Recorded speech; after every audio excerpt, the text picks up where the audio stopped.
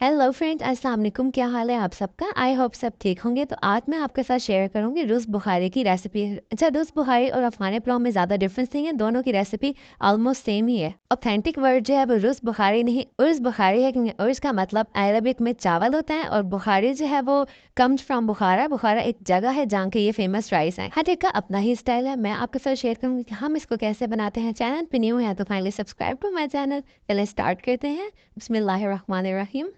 सबसे पहले हमें चाहिए बीफ। मैंने 1 kg बीफ शैंक यानी बोन का गोश्त लिया है। आपको जो पार्ट पसंद हो आप ले सकते हैं। इसके बाद एक डेगची में ऐड करें 2 लीटर पानी। इस पानी में हम बीफ को बॉईल कर लेंगे।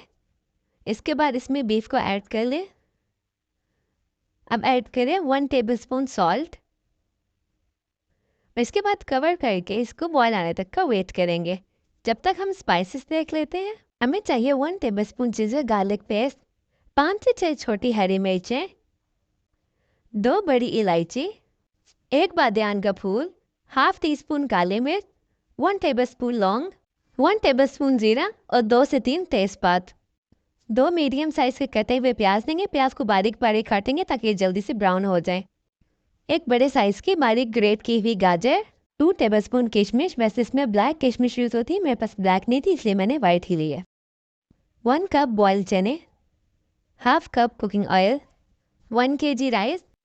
गोश्त में हमने 1 किलो लिया था, चावल भी 1 किलो लेंगे, दोनों की रेशो सेम रखेंगे। और यहाँ पे देखें पानी में भी बॉयल आ गया है और ये जो स्कम आ गई है इसको हम रिमूव कर लेंगे। सारी स्कम रिमूव कर लेने के बाद हम इसको कवर करके बिल्कुल हल्की आंच पे तकरीबन 3 से 4 घंटे के लिए पकने के लिए रखेंगे ताकि मीट हमारा अच्छी तरह से टेंडर हो जाए। इन द मीनवाइल हम चावलों की तैयारी कर लेते हैं। एक पैन में ऐड करें कुकिंग ऑयल। जैसे ऑयल गर्म होगा तो हम इसमें प्याज ऐड कर देंगे। प्याज को लाइट गोल्डन ब्राउन होने तक फ्राई करेंगे। प्याज फ्राई हो गए तो अब इसमें ऐड करेंगे जिंजर गार्लिक पेस्ट और इसकी अच्छी सी खुशबू आने तक इसको भून लेंगे। 1 से 2 मिनट भूनने के बाद इसका कच्चापन खत्म होगा, अच्छी सी खुशबू आने लगेगी तो इसमें ऐड कर देंगे गरम मसाला, साथ में हरी मिर्चें। फिर से 1 से 2 मिनट के लिए भूनेंगे, साथ में थोड़ा थोड़ा पानी लगाएंगे ताकि मसाला जले ना।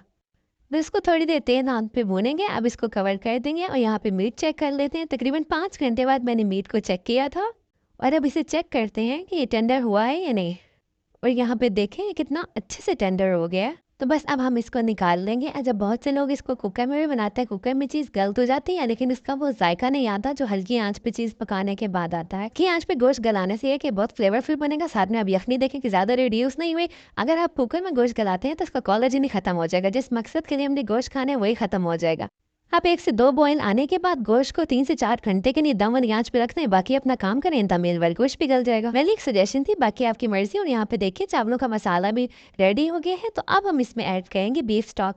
मेरे राइस 1 kg है तो मैं इसके अकॉर्डिंग बीफ स्टॉक डाल लूँगी। आपके जितने चावल हो आप उसके मुताबिक डाल सकते हैं, क्योंकि बहुत से चावल कम पानी लेते हैं, बहुत से चावल ज़्यादा पानी लेते हैं। ये तो चावलों पे डिपेंड करता है, आप अपने चावलों के अकॉर्डिंग डाल लें। और अब हम इसको कवर करके बॉयल आने तक का वेट करेंगे। 2 से 3 मिनट के बाद देखें इसमें बॉयल आ रहा है। तो अब हम इसमें ऐड करेंगे नमक। मैंने 1 टेबल स्पून नमक ऐड किया, आप अपने टेस्ट के मुताबिक डाल लें। अब हम इसमें ऐड करेंगे राइस जो मैंने 2 घंटे पहले ही भिगो के रख दिए थे। बहुत आराम से इसमें चम्मच चला लेंगे और अब हम इसको कवर कर देंगे ताकि पानी में बॉयल आ जाए। और जो मीट हमने बॉयल किया था अब हम उसको मैरिनेट कर लेंगे। तो इसमें ऐड करेंगे 1 टीस्पून काली मिर्च, 1 से 2 चुटकी नमक। अब इसको बिल्कुल हल्के हाथ से रब कर लेंगे। तो इसको थोड़ी देर मैरिनेशन के लिए छोड़ देंगे। और यहाँ पे चावलों को चेक कर लेते हैं। तो इसमें बॉयल आ रहा है, बस एक बार चम्मच चलाएंगे और फिर से इसको कवर कर देंगे। अब एक कढ़ाई में ऐड करें 1 टीस्पून घी या ऑयल। अब इसमें ऐड करेंगे किशमिश और इसको तेज़ आंच पे 1 से 2 मिनट के लिए फ्राई करेंगे। बस इसको ज़्यादा फ्राई नहीं करना। और साथ में ही ऐड कर लेंगे कैरेट। अगर आपके पास रेड कैरेट नहीं है तो आप इस पॉइंट पे 1 टीस्पून शुगर भी ऐड कर सकते हैं। मेरे पास रेड कैरेट है जो कि ऑलरेडी स्वीट होती है, इसलिए मैंने इसमें शुगर ऐड नहीं की। बस इसको भी तेज़ आंच पे 2 से 3 मिनट के लिए भून लेंगे। दोनों चीज़ें फ्राई हो गई हैं तो इसको एक प्लेट में निकाल लेंगे। सेम पैन में ऐड करेंगे 1 टीस्पून घी। कोशिश करें देसी घी यूज़ करें, उससे जायका बहुत अच्छा आएगा। और जो गोश्त हमने मैरिनेट करके रखा था उसको फ्राई कर लेंगे।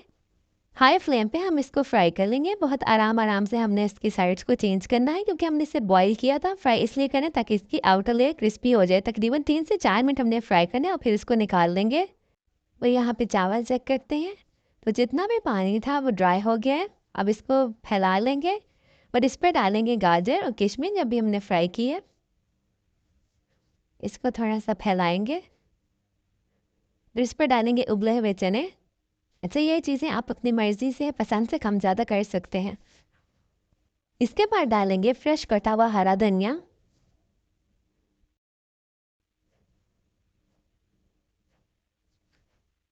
और इसको 15 से 20 मिनट के लिए हल्की आंच पे दम दे देंगे। 15 मिनट के बाद इसका दम खोलेंगे। माशाल्लाह कितनी अच्छी लुक आई है, और जो धनिया इस पे डाला था उसकी बहुत ही अच्छी खुशबू आई थी। बस इसको डिश आउट कर लेते हैं। लेकिन गाजरें जो हमने इस पर डाली थी, किशमिश, वो भी सॉफ्ट हो गई है। अल्हम्दुलिल्लाह तैयार है हमारी मज़ेदार सी रूज़ बुखारी। और जो मीट हमने फ्राई किया था वो चावलों पे रख के सर्व करेंगे। और यहाँ पे देखिए मीट कितना टेंडर है, और घी डाल के फ्राई करने से ये होगा कि मीट पे शाइन आ जाएगी। और नमक और काली मिर्च के साथ हमने जब से फ्राई किया था, गोश्त भी हमारा बहुत फ्लेवरफुल हो जाएगा। गाइस, ये बहुत ही मज़े का था। नरम गोश्त, यखनी में बने चावल, बिल्कुल लाइट स्पाइसेस के साथ। आप इसे ज़रूर ट्राई कीजिएगा। सिंपल बीफ पुलाव तो ट्राई करते ही हैं, ये ज़रा डिफरेंट हो जाएगा। और यहाँ पे देखिए मीट कितना टेंडर हो गया है। आप इसे ज़रूर ट्राई कीजिएगा। वीडियो अच्छी लगी है तो like, share and subscribe to my channel. चावल बहुत ही अच्छे बने थे, बहुत खिले खिले और बहुत ही मज़ेदार, और बहुत आसान है इसको बनाना, बहुत जल्दी तैयार हो जाता है।